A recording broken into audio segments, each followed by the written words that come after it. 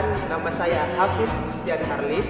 Saya berasal dari program studi Pendidikan Agama Islam Fakultas Ilmu Tarbiyah dan Keguruan UIN Sumatera Utara. Dan saya juga termasuk anggota KKN DR 56 UIN Sumatera Utara. Di sini saya berterima kasih kepada dosen pembimbing lapangan saya, Ibu Dr. Mas Ganti Sitorus MAG. Baik kawan-kawan semuanya, kita masuk video penjelasannya mengenai mendidik ibadah anak di masa pandemi sesuai dengan Al-Quran dan Hadis.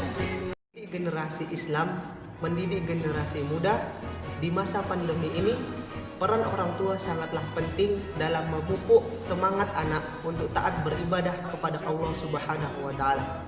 Lalu, adakah cara bagi orang tua untuk membentuk hal tersebut sesuai dengan Al-Quran dan Hadis?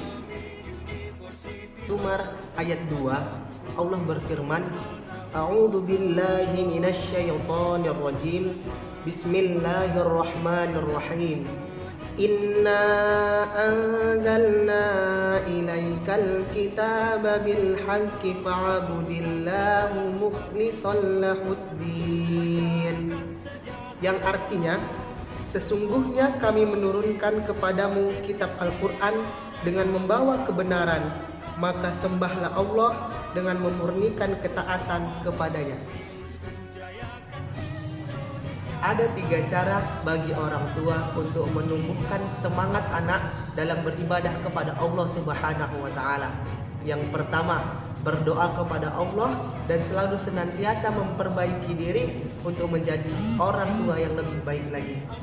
Yang kedua, mengajak anak melihat keindahan alam dan mentadaburi ciptaan Allah Subhanahu wa Ta'ala.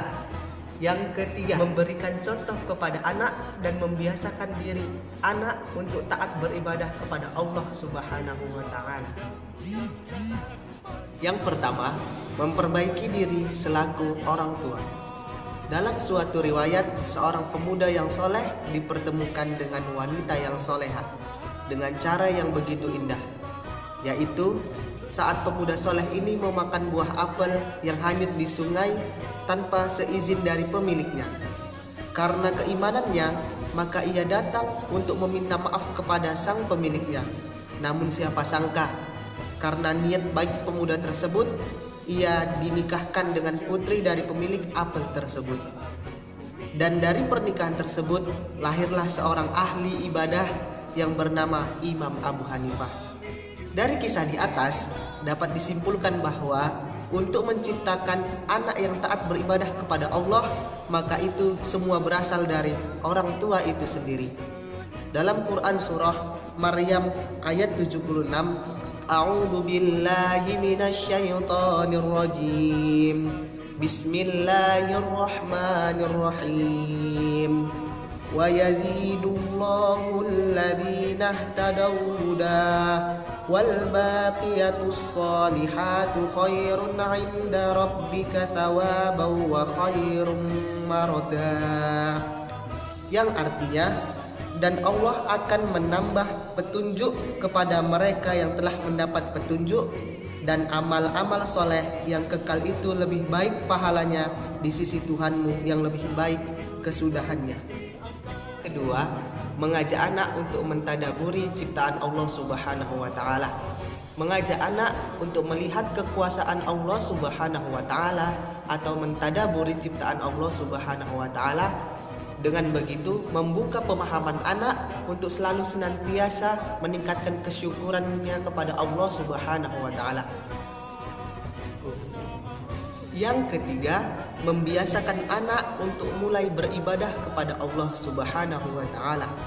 Dengan membiasakan anak untuk beribadah kepada Allah, dengan begitu ia akan menjadikan ibadah itu kebutuhan bagi dirinya, seperti membiasakan sholat, puasa, dan lain sebagainya.